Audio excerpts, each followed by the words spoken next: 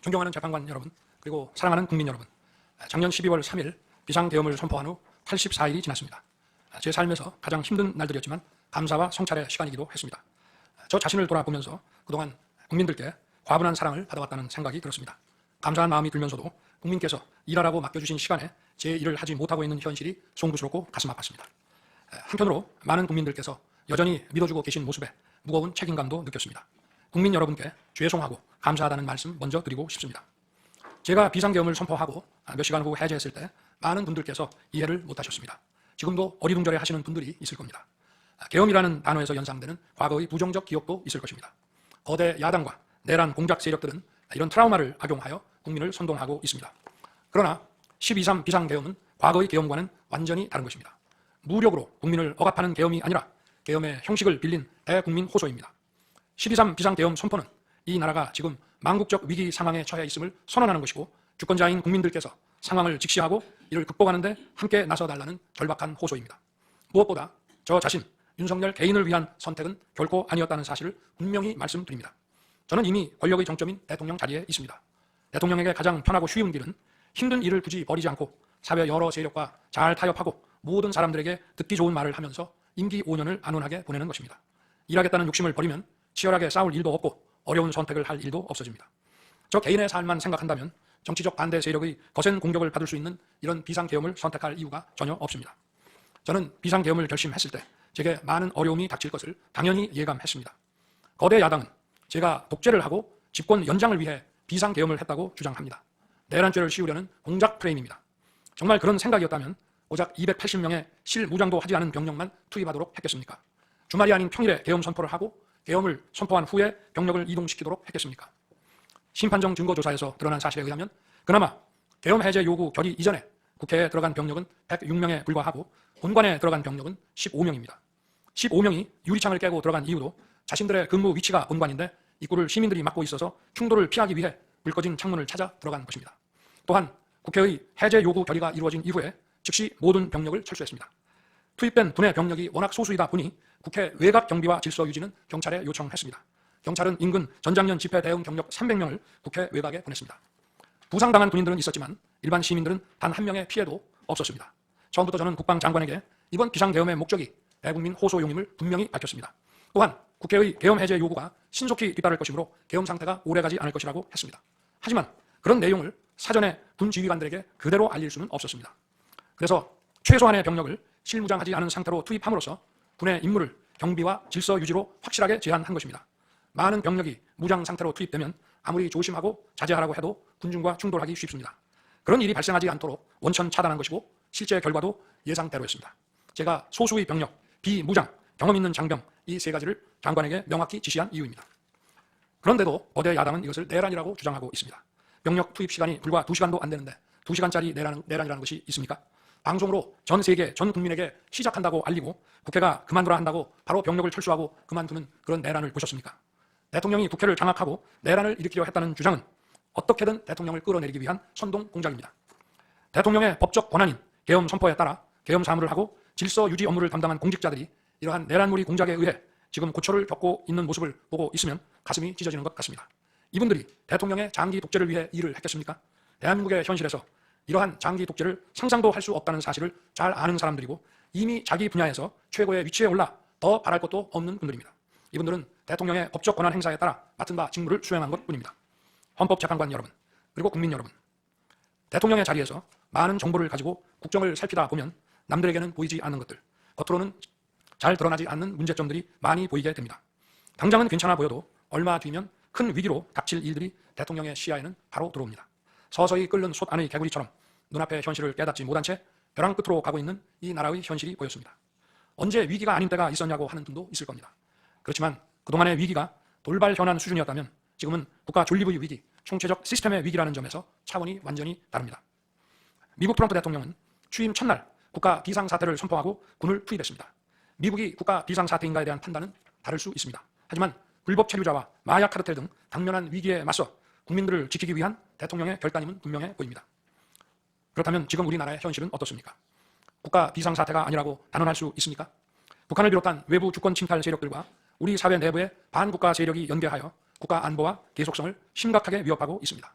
이들은 가짜뉴스, 여론 조작, 선전 선동으로 우리 사회를 갈등과 혼란으로 몰아넣고 있습니다. 당장 2023년 적발된 민주노총 간첩단 사건만 봐도 반국가 세력의 실체를 쉽게 확인할 수 있습니다. 이들은 북한 공작원과 접선하여 직접 지령을 받고 군사시설 정보 등을 북한에 넘겼습니다. 북의 지령에 따라 총파업하고 미국 대통령 방한 반대, 한미연합훈련 반대, 이태원 참사 반정부 시위 활동 등을 펼쳤습니다. 심지어 북한의 지시에 따라 총선과 대선에 개입한 정황도 드러났습니다. 지난 대선 직후에는 대통령 탄핵의 불씨를 지피라면서 구체적인 행동 지령까지 내려왔습니다.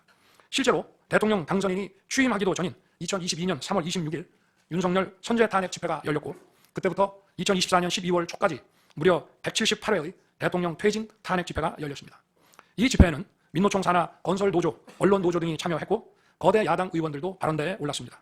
결국 북한의 지령대로 된 것 아닙니까? 요즘 세상에 간첩이 어디 있냐고 말하는 분들도 있습니다.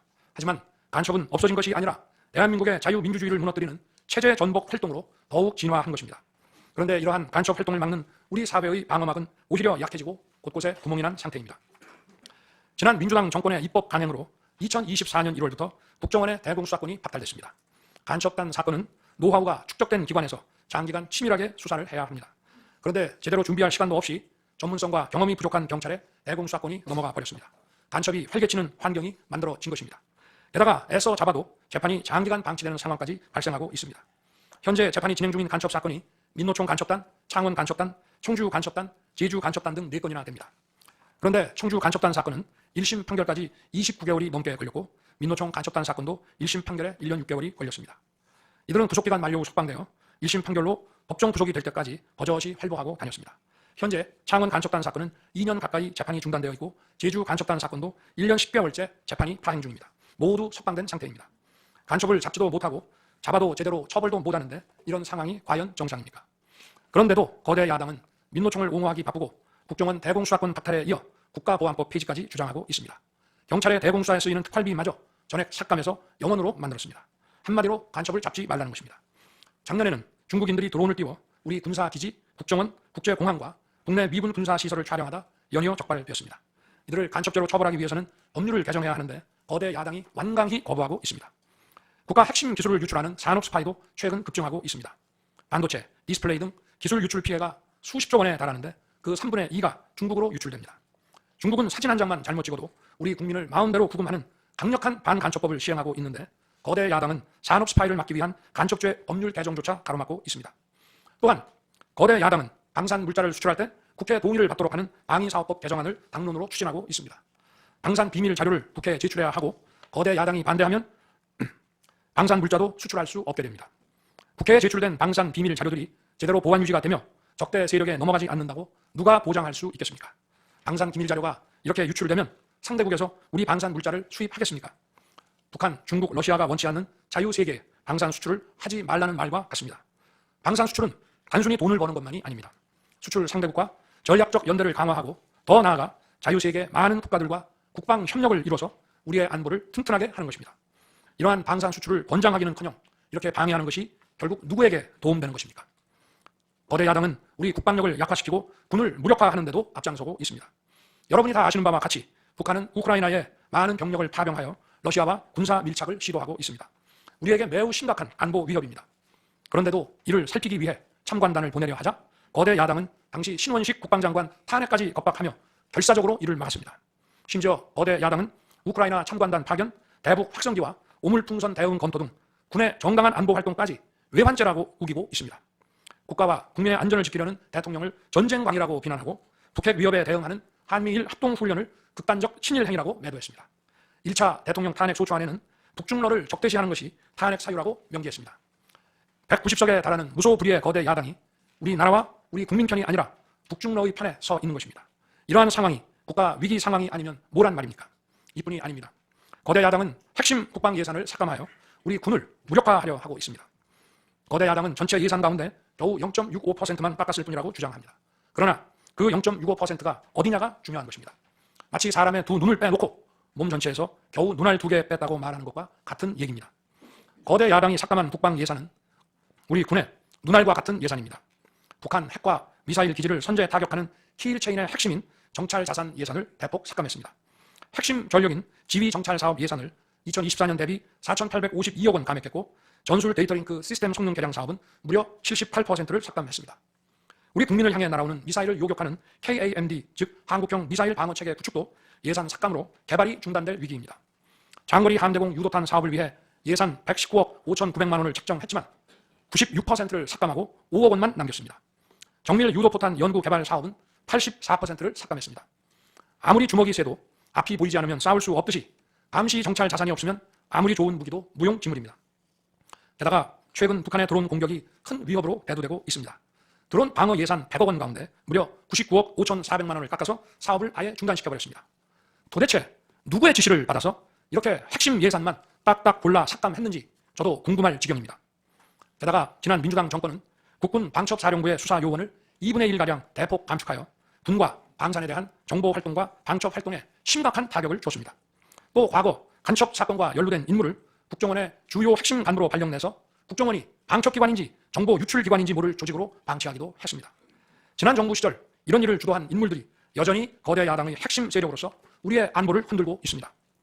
우리 정부 들어 국가정보원이 국가안보의 중추기관으로 거듭날 수 있도록 노력하였고 국군 방첩사의 역량 보강을 위해 힘썼습니다마는 아직 문제의 뿌리를 제대로 다 드러내지 못했습니다. 부수고 깨뜨리기는 쉬워도 세우고 만들기는 어렵고 시간이 많이 걸리기 때문입니다. 이런 상황이 겉으로는 멀쩡한 것처럼 보이지만 실질적으로 전시사변에 못지않은 국가 위기 상황이라고 저는 판단하고 있습니다. 거대 야당은 야당에 대한 대통령의 인식을 탓하기 전에 공당으로서 국가에 대한 책임 있는 자세와 신뢰를 보여주는 게 우선이라고 저는 생각합니다. 저는 자유민주주의 헌법 원칙, 국가 안보, 핵심 국익 수호만 함께 한다면 어떤 정치 세력과도 기꺼이 대화하고 타협할 자세가 돼 있는 사람입니다. 나라와 국민을 위한 길에 좌파 우파가 어디 있겠습니까? 하지만 자유를 부정하는 공산주의, 공산당 일당 독재, 유물론에 입각한 전체주의가 다양한 속임수로 우리 대한민국에 스며드는 것은 막아야 합니다. 이런 세력과 타협하고 흥정해서는 안 된다고 생각합니다. 우리가 가치를 공유하지 않는 나라와도 교역도 할 수 있고 국제 협력, 상호 이익을 추구할 수도 있습니다. 하지만 우리 정치 체제에 영향을 미치고 스며드는 것은 막아야 합니다. 그것이 국방 안보만큼 중요한 정치 안보입니다.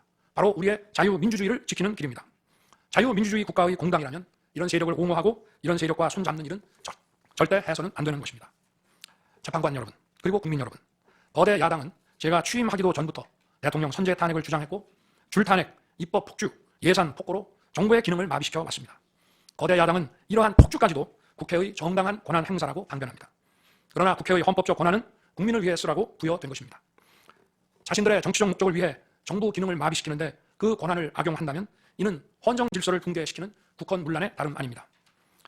또한 거대 야당은 제가 비상대응으로 국회의 권능을 마비시키려 했다며 내란놀이를 계속하고 있습니다. 하지만 거대 야당은 제가 대통령에 취임한 이후, 아니 취임하기도 전부터 지금까지 지속적으로 끈질기게 정부의 권능을 마비시켜 왔습니다. 마치 정부를 마비시키는 것이 유일한 목표인 것처럼 국회의 권한을 마구마구 휘둘러 왔습니다. 국회의원과 직원들의 출입도 막지 않았고 국회 의결도 전혀 방해받지 않은 2시간 반짜리 비상대응과 정부 출범 이후 2년 반 동안 줄탄핵, 입법 예산 폭거로 정부를 마비시켜온 거대 야당 가운데 어느 쪽이 상대의 권능을 마비시키고 침해한 것입니까? 거대 야당은 국무위원들은 물론이고 방통위원장, 검사, 감사원장에 이르기까지 탄핵하고 또 탄핵했습니다. 탄핵 사유가 되는지 여부는 전혀 중요하지 않았습니다. 심지어 거대 야당 대표를 노려봤다고 장관을 탄핵하기도 했습니다. 일단 탄핵해서 직무를 정지시켜 놓고 정작 헌재 탄핵 심판에서는 탄핵 사유를 마음대로 변경하는 황당한 일도 반복해 왔습니다. 얼마 전 중앙지검장 등 검사들에 대한 탄핵 심판을 재판관 여러분께서 직접 진행하시지 않았습니까? 기자회견장에서 거짓말을 했다는데 실제로는 그 기자회견장에 나오지도 않았고 국정감사에서 허위 증언을 했다는데 정작 국정감사에 출석하지도 않았습니다. 기본적인 탄핵 사유조차 틀렸는데도 일단 직무부터 정지시키고 보는 것입니다. 이것이 과연 정상적인 일입니까? 거대 야당의 공직자 줄탄핵은 정부 기능을 마비시키는 차원을 넘어 헌정질서 붕괴로 치닫고 있습니다. 이태원 참사가 발생하자 거대 야당은 연일 진상규명을 외치면서 참사를 정쟁에 이용했습니다. 급기야 행정안전부 장관을 탄핵했습니다. 당시 북한이 민노총 간첩단에게 보낸 지령문에 이런 내용이 있습니다. 이번 특대형 참사를 계기로 사회 내부에 세월호 참사 진상규명 투쟁과 같은 정세 국면을 조성하는 데 중점을 두고 각계각층의 분노를 최대한 분출시켜라. 거대 야당이 북한 지령을 받은 간첩단과 사실상 똑같은 일을 벌인 것입니다. 이야말로 사회의 갈등과 혼란을 키우는 선동 탄핵이라 할 것입니다. 거대 야당은 자신들의 당대표를 수사하는 검사들도 줄줄이 탄핵하고 서울중앙지검장까지 탄핵했습니다. 검사 탄핵은 그 자체로도 수사 방해이지만 검사 탄핵을 지켜보는 판사들에 대한 겁박이 되기 마련입니다. 야당 대표에 대한 검찰 수사를 막고 야당 대표의 범죄를 심판할 판사들까지 압박하기 위한 방탄 탄핵인 것입니다. 급기야 거대 야당은 지난 정부의 이적 행위를 감사하던 감사원장까지 탄핵했습니다. 거대 야당은 감사원장 탄핵 소추안에 사드 정식 배치 고위 지원 의혹 감사를 탄핵 사유로 포함시켰습니다. 이 사건은 지난 민주당 정부의 안보라인 고위직 인사 4명이 주한 중국 대사관 무관에게 사드 배치 작전명, 작전 일시, 작전 내용 등 국가 기밀 정보를 넘겨준 간첩 사건입니다.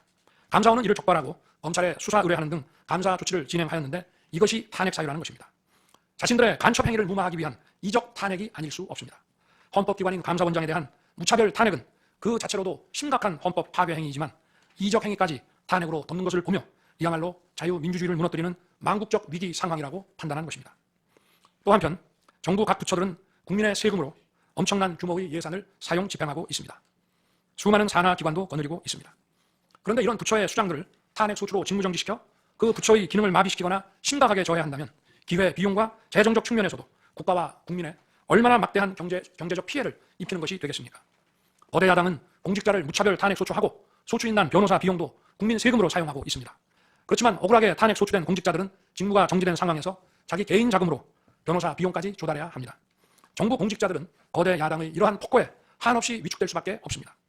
이처럼 거대 야당은 선동 탄핵, 방탄 탄핵, 이적 탄핵으로 대한민국을 무너뜨리고 있습니다.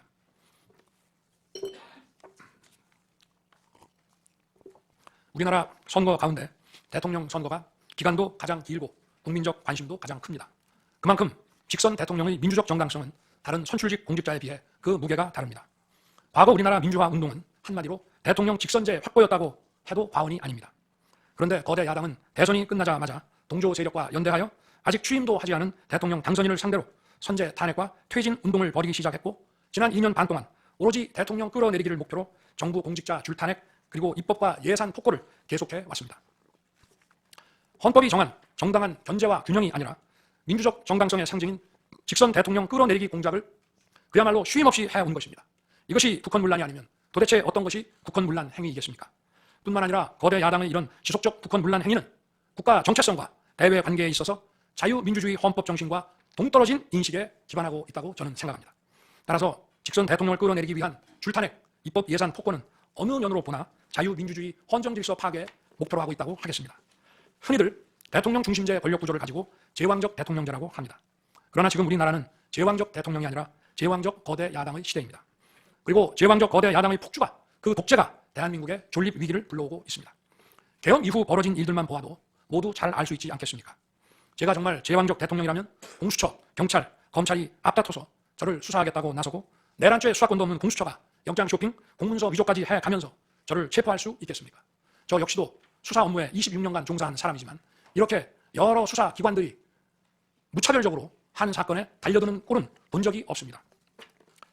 비상계엄에 투입된 군 병력이 총 570명에 불과한데 불법적으로 대통령 한 사람 체포하겠다고 대통령 관저에 3, 4천 명이 넘는 경찰력을 동원했습니다. 대통령과 거대 야당 가운데 어느 쪽이 제왕적 권력을 휘두르며 이 나라의 헌정 질서를 무너뜨리고 있습니까? 제가 비상계엄을 결단한 이유는 이 나라의 절체절명의 위기를 더 이상 방치할 수 없다는 절박함 그것이었습니다. 저는 주권자인 국민들께 이러한 거대 야당의 반국가적 폐악을 알리고 국민들께서 매서운 감시와 비판으로 이를 제발 멈춰달라고 호소하고자 했습니다.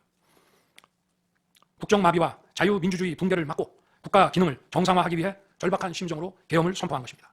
12.3 비상계엄의 선포는 국가가 위기 상황과 비상사태에 처해 있음을 선언한 것입니다. 국민을 억압하고 기본권을 제한하려는 것이 아니라 주권자인 국민께서 비상사태 극복에 직접 나주십사 하는 간절한 호소입니다. 그런데 거대 야당은 제가 국회의 요구에 따라 계엄을 해제한 그날부터 탄핵 시동을 걸었습니다. 하지만 비상계엄은 범죄가 아니고 국가 위기를 극복하기 위한 대통령의 합법적 권한 행사입니다. 저는 긴급 국무회의를 거쳐 방송을 통해 비상계엄을 선포했고 그 과정에서 거대 야당의 국회 독재가 망국적 위기를 초래하였다고 했기 때문에 많은 사람들이 국회로 몰려들 것이었고 계엄 상황에서 질서 유지를 위해 국회에 최소한의 병력을 투입했으며 국회가 해제 요구 결의를 하자 즉각 병력을 철수하고 국무회의를 소집해서 계엄을 해제했습니다. 다 알고 계시다시피 2023년 중앙선관위를 포함한 국가기관들이 북한에 의해 심각한 해킹을 당했습니다. 중앙선관위는 이 같은 사실을 국가정보원으로부터 통보받고도 다른 국가기관과 달리 점검에 제대로 응하지 않았습니다. 나중에 채용비리 사건 때문에 울며 겨자 먹기로 응한 일부 소극적 점검 결과 심각한 보안 문제가 드러났기 때문에 중앙선관위 전산 시스템 스크린 차원에서 소규모의 병력을 보낸 것입니다. 선거의 공정과 직결되는 중앙선관위의 전산 시스템 보안 문제는 우리 자유민주주의 체제의 핵심 공공재이자 공공자산을 지키는 일입니다. 더구나 그동안의 선거 소송에서 드러난 다량의 가짜 부정투표 용지, 그리고 투표 결과가 도저히 납득하기 어렵다는 통계학과 수리과학적 논거 등에 비추어 중앙선관위의 전산 시스템에 대한 투명한 점검 필요성이 꾸준히 제기되어 왔습니다.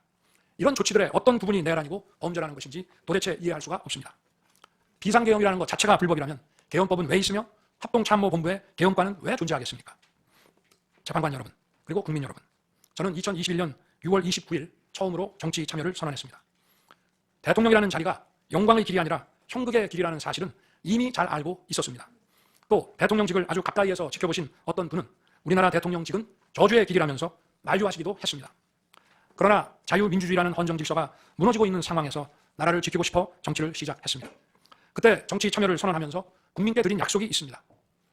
우리의 미래를 짊어질 청년들, 국가를 위해 희생하신 분들, 산업화에 일생을 바친 분들, 나라의 민주화에 헌신하고도 묵묵히 생업에 종사하며 살아가시는 분들, 성실하게 세금을 내시는 분들, 이런 분들이 분노하지 않는 나라를 만들겠다는 약속이었습니다.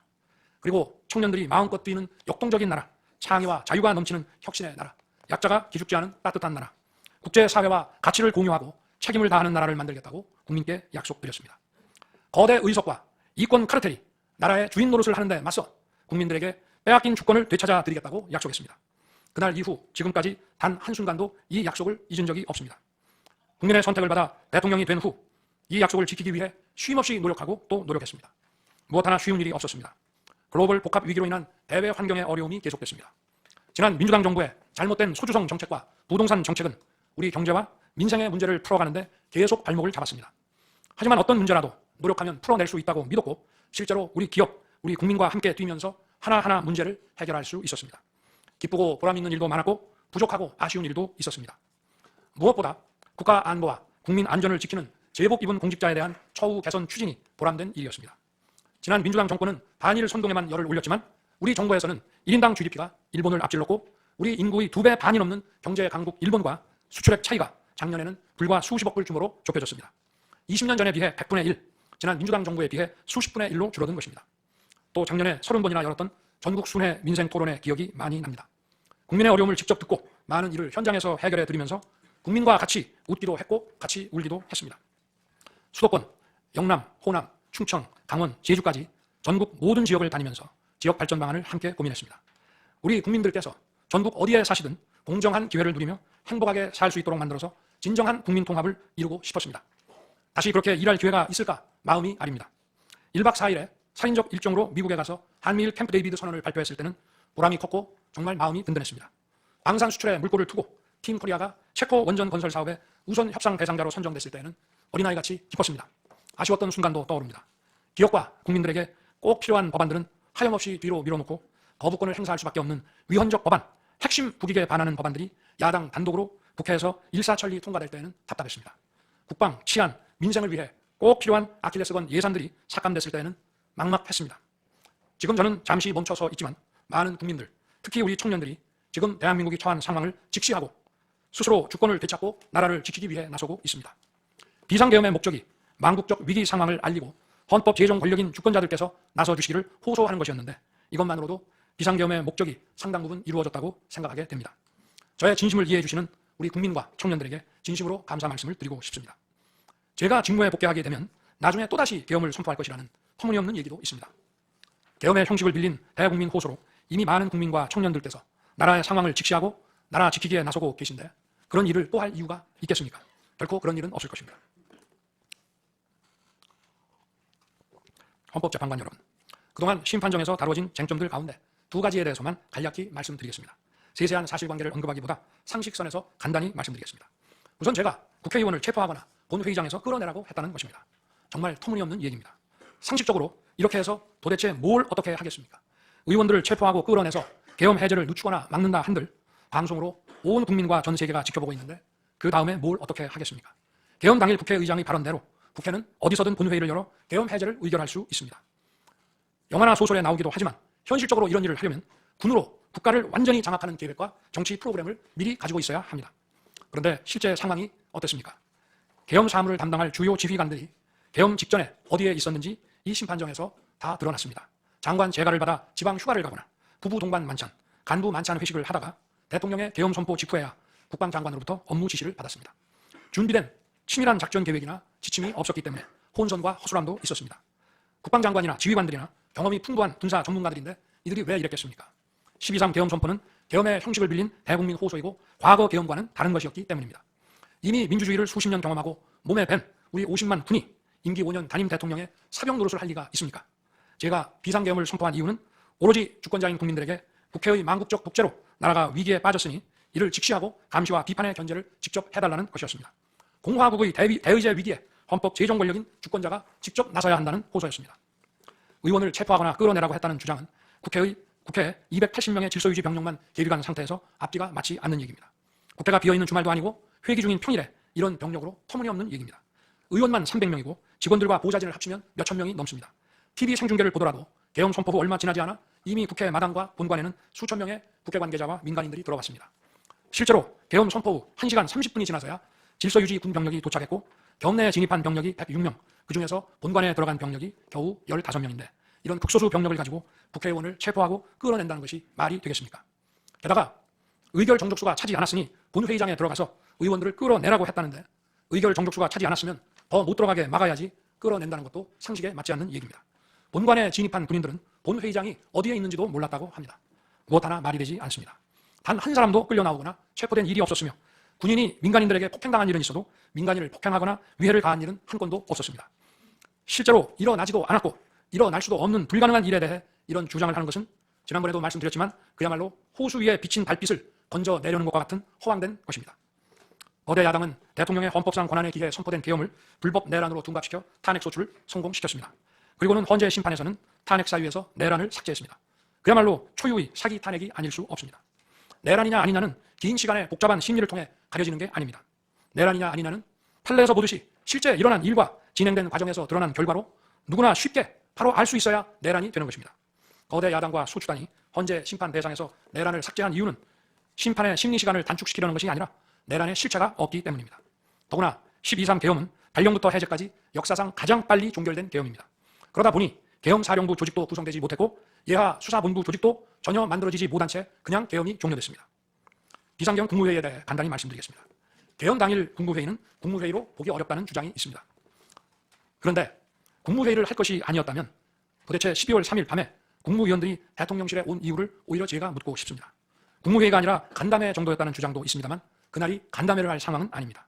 간담회는 의사 정족수도 없는데 국무회의 의사 정족수가 찰 때까지 왜 기다렸겠습니까? 당일 저녁 8시 반부터 국무위원들이 차례로 오기 시작했고 저는 비상계엄에 대해 설명하고 국방장관은 계엄의 개요가 기재된 비상계엄 선포문을 나눠줬습니다. 국무위원들은 경제적, 외교적으로 어려움이 있다고 우려했고 저는 대통령으로서 각 부처를 관장하는 국무위원들의 생각과 다른 생각을 가지고 있으며 국가가 비상 상황이고 비상한 조치가 필요함을 설명했습니다. 그리고 각 부처 장관의 우려사항, 예를 들어 경제부총리의 금융시장 혼란 우려와 외교장관의 우방국 관계 우려는 제가 걱정하지 말라고 했습니다. 국무위원들이 과거의 계엄을 연상하고 있는 상황에서 저는 그냥 걱정하지 말라고 할 수밖에 없었습니다. 의사 정족수 충족 이후 국무회의 시간은 5분이었지만 그 이전에 충분히 논의를 한 것입니다.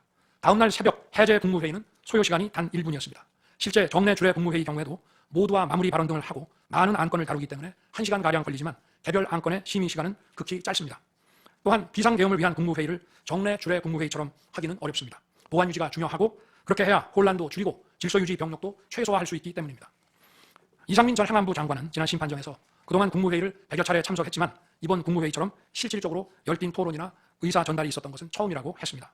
국무회의 배석을 위해 비서실장과 안보실장도 통상처럼 대통령실로 나오도록 했고 국가안보의 문제이기도 해서 국정원장도 참석시켰습니다.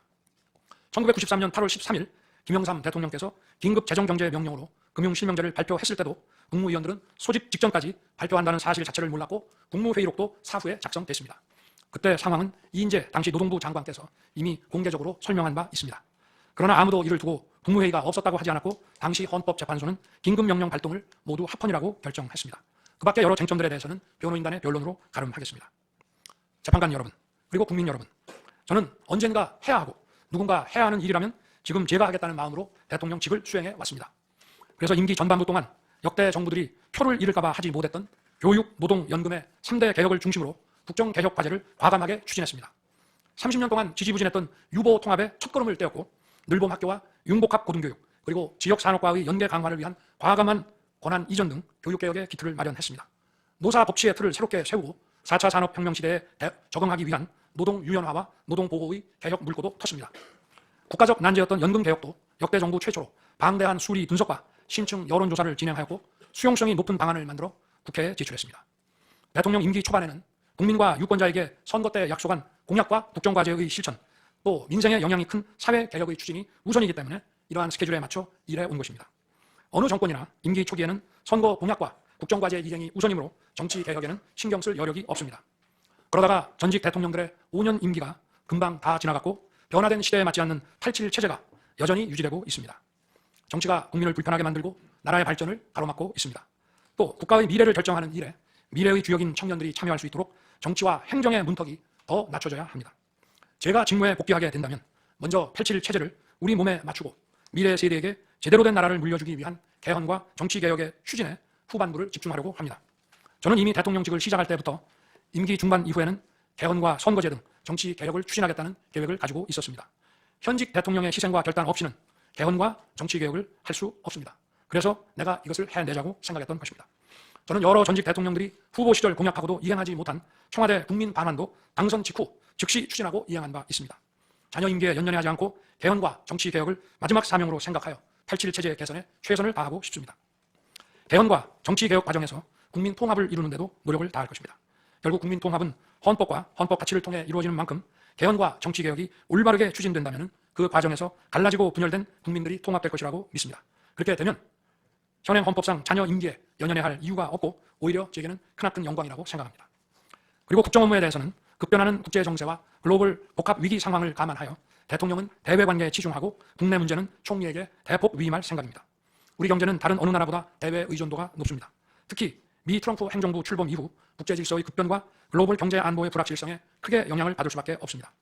지금 우리가 국가 노선을 어떻게 선택하느냐에 따라 이 위기가 기회가 될 수도 있고 돌이킬 수 없는 재앙을 맞을 수도 있습니다.